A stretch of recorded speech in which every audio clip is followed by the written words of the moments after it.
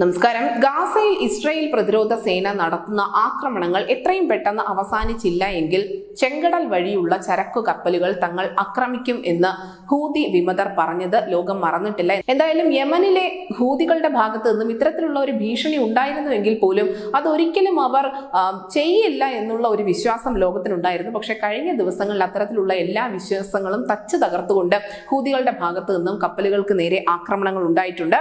എന്തായാലും യുദ്ധം തുടർന്നാൽ ഇസ്രായേൽ ബന്ധമുള്ള ഒരു കപ്പൽ പോലും ചെങ്കടലിലൂടെ കടത്തിവിടില്ല എന്ന നിലപാടിൽ ഉറച്ചു നിൽക്കുകയാണ് ഹൂതി വിമതർ.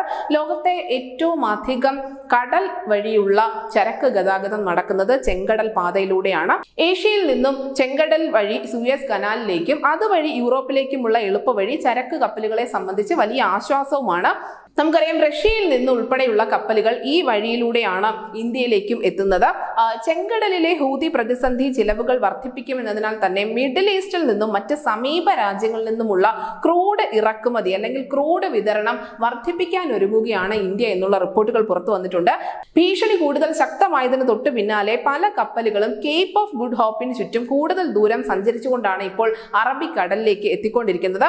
യാത്രയ്ക്ക് 3 ആഴ്ചയോളമാണ് ഇതിനു വേണ്ടി വരുന്ന അധിക സമയം. എങ്കിലും ഹൂതികളോട് സന്ധിയില്ല എന്നുള്ള നിലപാട് തന്നെയാണ് ഇന്ത്യക്കുള്ളത്. സാധാരണ റൂട്ടിലൂടെയുള്ള ഡെലിവറികൾക്കുള്ള റിസ്ക് പ്രീമിയങ്ങൾ വഹിക്കാൻ ഷിപ്പിംഗ് കമ്പനികൾ ഇന്ത്യൻ കമ്പനികളോട് നിരന്തരമായി ആവശ്യപ്പെട്ടുകൊണ്ടിരിക്കുന്നുമുണ്ട്. എന്നാൽ റിഫൈനർമാർ അധിക ബാധ്യത വഹിക്കാൻ തയ്യാറല്ല എന്നും ബദൽ വിതരണക്കാർക്കായുള്ള തിരച്ചിൽ ആരംഭിച്ചിട്ടുണ്ട് എന്നുകൂടി റിപ്പോർട്ടുകൾ സൂചിപ്പിക്കുന്നു.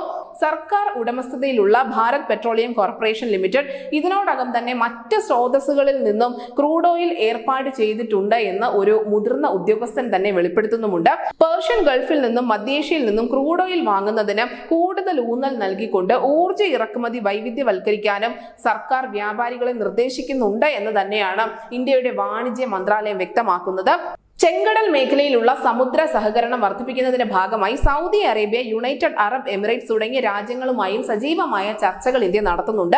റഷ്യക്ക് തിരിച്ചടിയാണ് എങ്കിൽ പോലും ഹൂതികളെ മെരുക്കാനും സൗദിയുമായി കൂടുതൽ അടുക്കാനും തന്നെയാണ് ഇന്ത്യ ശ്രമിച്ചുകൊണ്ടിരിക്കുന്നത്. അങ്ങനെ വീണ്ടും പരമ്പരാഗത പങ്കാളിയിലേക്ക് തന്നെ ഇന്ത്യ മടങ്ങിപ്പോകുന്ന ഒരു കാഴ്ചയുണ്ട്. തീർച്ചയായും ഇത് റഷ്യക്ക് ഉണ്ടാക്കാൻ പോകുന്ന ഒരു കോട്ടം ചെറുതായിരിക്കില്ല.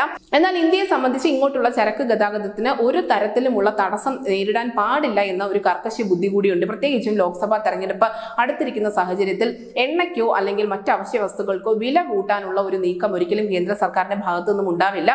ഇത്തരത്തിലുള്ള പല മേഖലകൾ ചിന്തിച്ചുകൊണ്ട് തന്നെയാണ് ഇപ്പോൾ ഹൂതികളെ മെരുക്കിക്കൊണ്ട് വീണ്ടും സൗദിയുമായി ഇന്ത്യ കൂടുതൽ അടുക്കുന്നത്. News desk India Malayalam.